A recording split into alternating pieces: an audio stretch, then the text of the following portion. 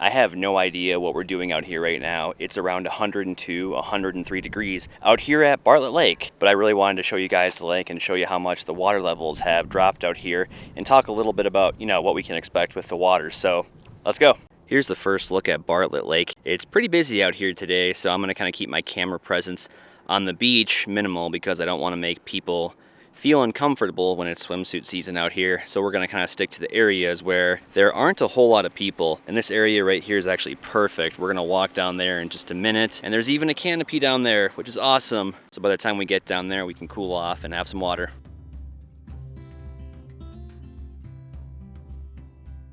So far so good, we're moving along, but I can feel it heating up real quick. The thing that sucks about filming videos out here in the summertime is my Nikon has a tendency to overheat, which is why I have the umbrella out here today to kind of help prevent that from overheating and shutting off. Truth be told, I almost didn't make a video this week because of the intense heat. I did have plans to drive to Flagstaff, Arizona to make a video on, let's just say, a certain subject, but that location was temporarily closed off. And when I came out here a couple weeks ago and showed you guys a few clips of Bartlett Lake, you guys expressed a lot of interest in it. So I figured, hell, why not? A few hours in the heat won't kill me. Let's hope not. It already feels 10 times better down here than it did out there with the umbrella. But if you look up here, you can see a set of stairs. Maybe they had a dock there at one point in time, or maybe it was just a little walkway down into the lake. But regardless, that's like 30 feet away from the water at this point. I was kind of thinking to myself, it's Sunday, it's going to be 107 degrees, there's an extreme heat warning out right now, so if I come out to Lake Bartlett, there's probably not going to be many people out here. And of course, that couldn't be farther from the truth. There is a lot of people out here boating, fishing, swimming, and I would say the majority of people that are out here are out on boats. And here's that stairway that we saw a few minutes ago. It's all broken up. Like I said, I'm sure a while back you could walk all the way down to the water, but now that there's a loss of it.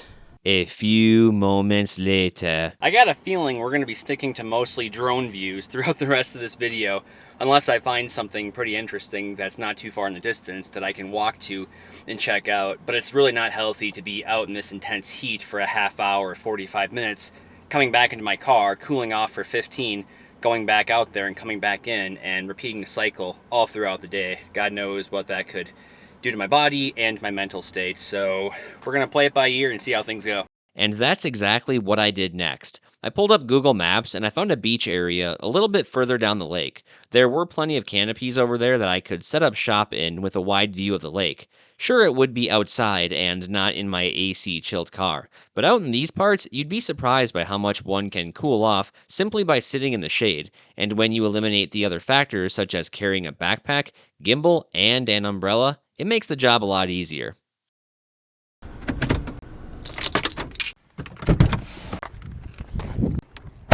I think this will be a good place to set up shop for now. We can sit in the shade over here, and then there's a few places over there. I want to fly my drone. Now, you don't need a drone to see where the water line used to be, but it does give a more dramatic perspective. I don't come out to Bartlett Lake too often, mainly because it's about an hour and a half away, with traffic, and that's if you're lucky. And when I say lucky, that means no major accidents, fender benders, or the occasional out-of-towner that's going the speed limit, slowing everybody else down. Only some people will get that reference. As I was flying around and seeing how much the water level had receded, my first thought was, how long has it been since the water line was flush with the bathtub ring? And this led me to streamflow.watershedconnection.com. This measures the official elevation of Bartlett Lake over the last year. As of this video being made on June 16th, the elevation is at 1,757 feet. It was at its last highest in October of 2024 at 1,774 feet.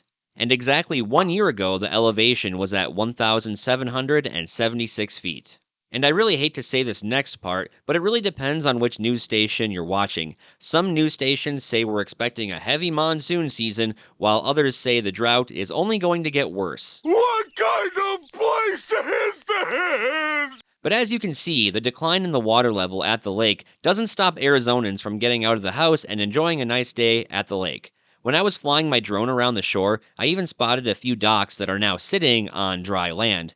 I think it's safe to say that it's going to be a hot minute before these docks are back on the water. No pun intended.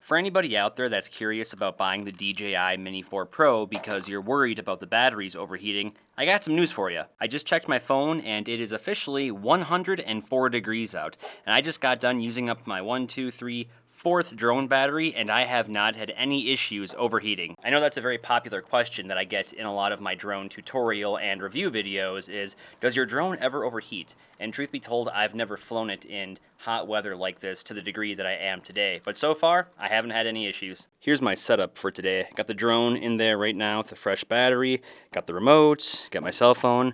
I have about 15 of those Arrowhead water bottles in my car so I don't die.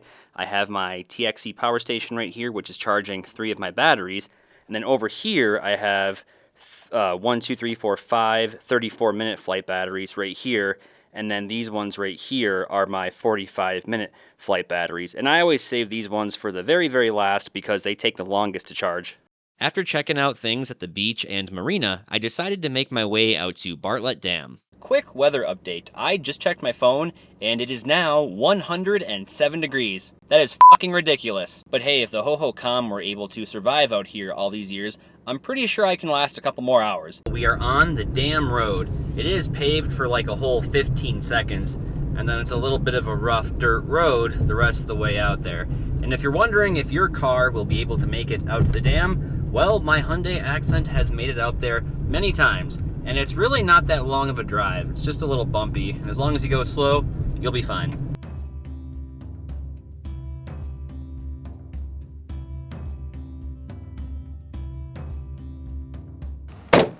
Just wanted to pull over real quick and show you guys the scenery. Nothing but the unforgiving desert.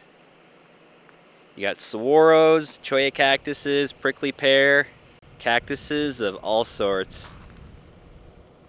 And then the dam is just on the other side of this hill right here and a bit further down. And look what I found.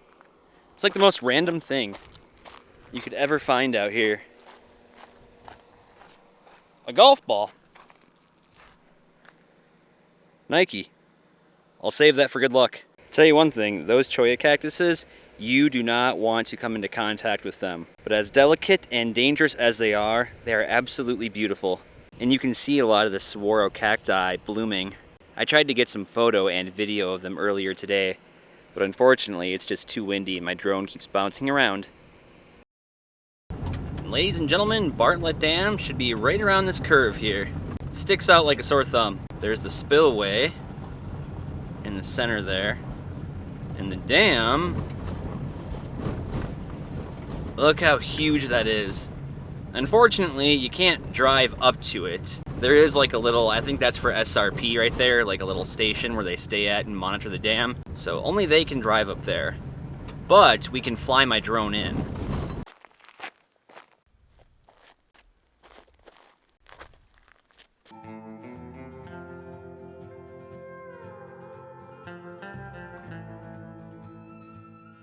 According to SRP.net, Bartlett's design was completed in the spring of 1936. A contract was awarded to begin building, but with one catch. The dam had to be done in 1,000 days, or by May 9, 1939. The Verde River was so unpredictable that 2 floods almost threatened the dam's construction. Nevertheless, Bartlett was completed on time in May of 1939, and under budget by $270,000. There are multiple dams in the state of Arizona, and in my opinion, I believe Bartlett Dam is one of the lesser known. I did make a video on 10 dams in Arizona, and if that's something that you're interested in seeing, I will link that video down in the description. They also make for great summer destinations. Bartlett Dam stands at 308 feet tall and 800 feet long. It does impound the Verde River, creating this stunning desert paradise. I did try to find an old photo of where the dam sits today, way before they even started construction, but unfortunately I could not find anything. It was named after Bill Bartlett, a government surveyor who was credited with discovering the dam site while surveying the Verde River. Later in the mid-1990s, the dam was modified and raised by an additional 21 feet. And here's some bonus footage that I have from 2023 of Bartlett Dam and many other dams in Arizona releasing water. That was a very wet year for Arizona and the entire Southwest. There was above average snowpack in the Rocky Mountains, and with all the rain and snow that they did get in the winter months, the dams had to continuously release water to make room for spring snowmelt.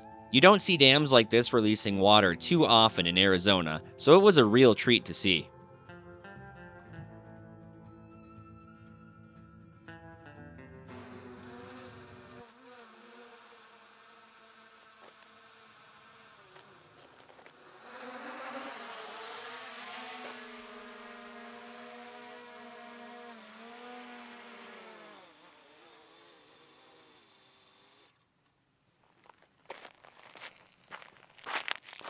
What, were you expecting me to flip my drone and then go chicka-chicka? Well, I'm not going to do that.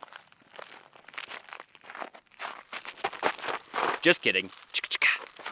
I've flown this drone in the dead of winter in Minnesota, I've flown it in Alaska multiple times, and I've also flown it, of course, in Arizona, one of the hottest environments imaginable, on many occasions, and this has not crapped out once, so I approve of this drone. What we're gonna do now is I'm gonna head home because it's way too hot, I'm hungry, and I'm waiting for a package from Amazon. But tomorrow, once I get done with my doctor appointment, we're gonna head up to Roosevelt Lake, Arizona, and we're gonna see how the water levels are looking up there. The next day.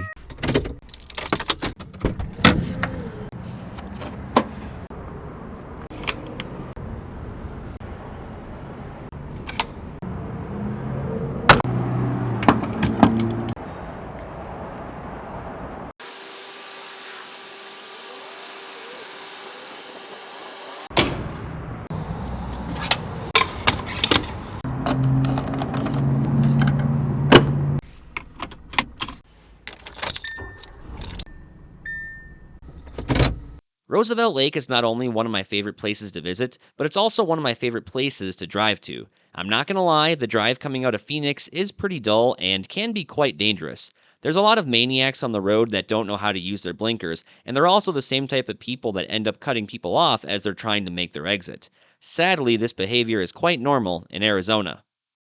The drive from Phoenix consists of jumping on Highway 60, then hopping off on Highway 87, also known as Beeline Highway, and then finishing off the drive on Highway 188.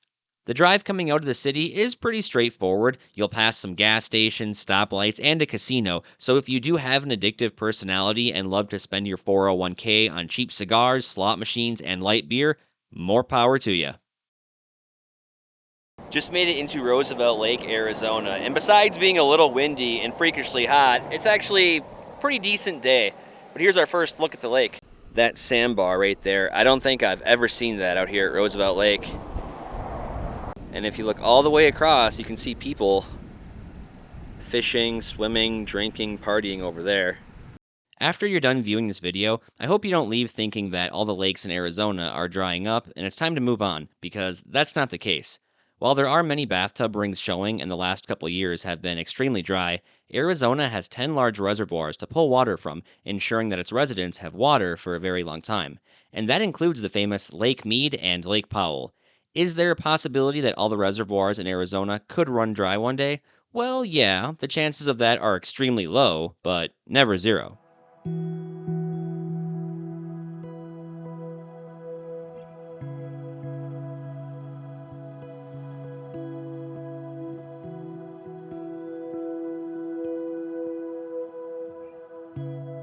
Now let's go see how things are looking at the dam.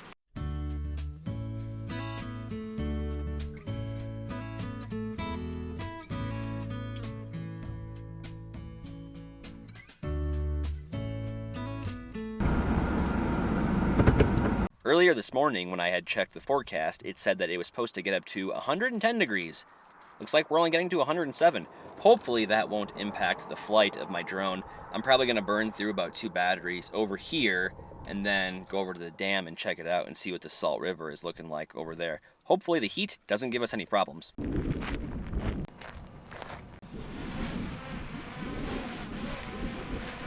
I just checked my phone and it said 14-mile-per-hour winds. And look at this. This is a small but mighty little drone. You can see it bouncing around a little bit there to try to maintain its hover. She's fighting it.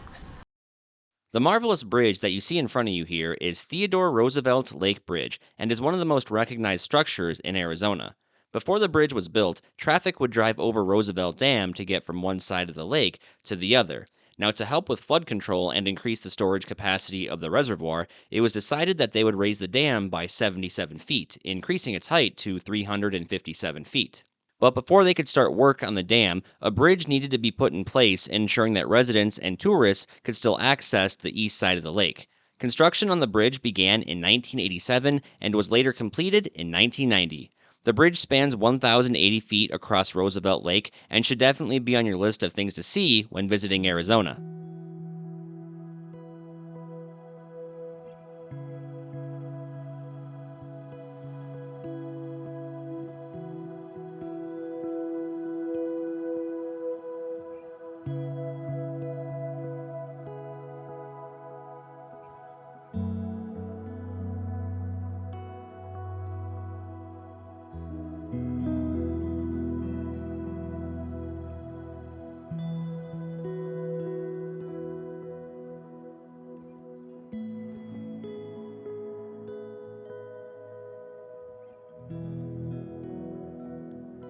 We just made it to the dam, and something is going on out here that doesn't normally happen. I have the place to myself.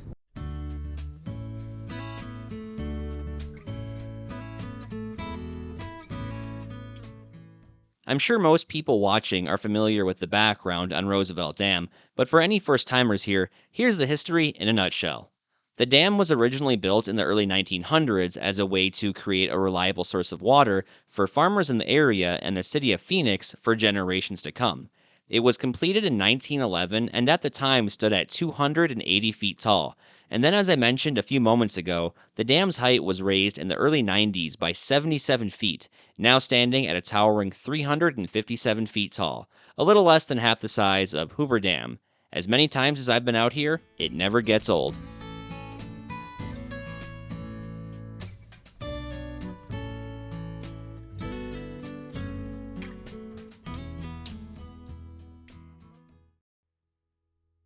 As I was getting ready to head back to my car, I looked up on top of the mountain here, and I'm sure you guys probably can't see them, but there is a couple small little caves up there, and I do a lot of cave exploring with my drone from certain distances, and I can't remember if I explored those.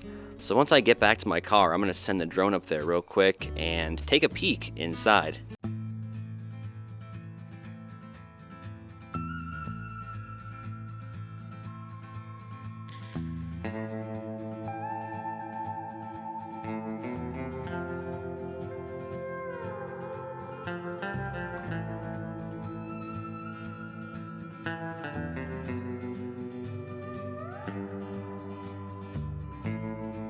And that, ladies and gentlemen, is what we call a close call. If that bird would have nicked the propellers on my drone, even just the slightest bit, that would have caused all the propellers to stop. It's like a safety feature. If one propeller hits something, they all stop, causing the drone to fall straight to the ground. But in my case, that would have been like 350 some feet up the mountain. And I'll tell you this, if my drone would have crashed up there, it would have been a long freaking time before I could get it back.